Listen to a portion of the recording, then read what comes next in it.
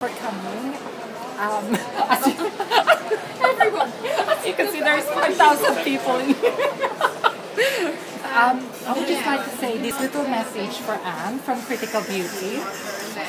On November 12, 1964, a stunning young woman from Poole, Dorset, Jimmy. became the second woman from the United Kingdom to be crowned Miss World. Her name is Anne Sidney.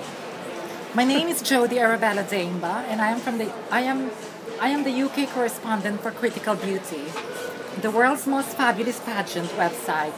Since its inception 10 years ago, Critical Beauty has been honoring beauty queens, past and present, who have become outstanding role models to other women and who have contributed highly to the pageant industry.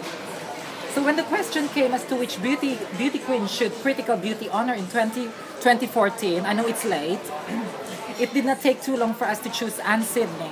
It gives us great pleasure to honor Anne, not only because she celebrated her 50th coronation anniversary as Miss World last year, but we also admire her for her sincerity, her integrity, and of course her stunning beauty.